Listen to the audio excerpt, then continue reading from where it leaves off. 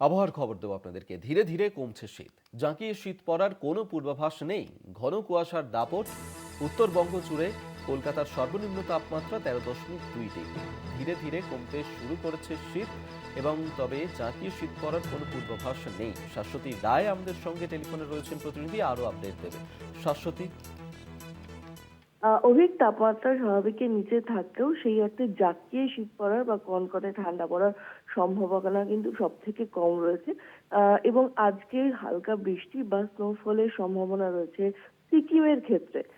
এছাড়াও উত্তরবঙ্গ থেকে দক্ষিণবঙ্গ একাধিক জেলার ক্ষেত্রে ঘন কুয়াশার দাপট জারি থাকবে সকাল থেকে। বেলা বাড়ার সঙ্গে সঙ্গে তা কেটে গিয়ে পরিষ্কার রোদ ঝলমলে আকাশে রূপান্তরিত হতে পারে।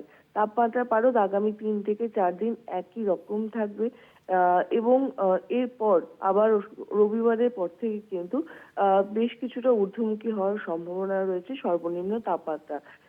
তারপরে কিন্তু বলা যায় যে জানুয়ারির শেষের দিকে ফের আবার পারদ পতনের ইঙ্গিত মিলছে।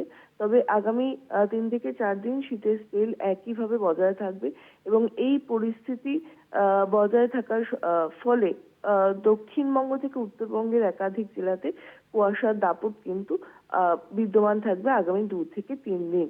তাপমাত্রার পারদ সব জেলার ক্ষেত্রেই স্বাভাবিকের নিচে অবস্থান করছে এবং উত্তরবঙ্গের ক্ষেত্রে স্বাভাবিক বা স্বাভাবিকের থেকে 1 থেকে 1.5 ডিগ্রি নিচে অবস্থান করছে তাপমাত্রা। অর্থাৎ বোঝাই যাচ্ছে এই যে দীর্ঘ শীতের স্পেল তা কিন্তু একইভাবে অবস্থান করছে এবং উত্তরে হাওয়ার দাপট মাঝে মাঝে বাড়লে তাপমাত্রার হেরফের হচ্ছে রাজ্য জুড়ে। অধিক। ধন্যবাদ শাশ্বতী তোমাকে। শাশ্বতী রায় আমাদের সঙ্গে টেলিফোনে ছিলেন প্রতিনিধি।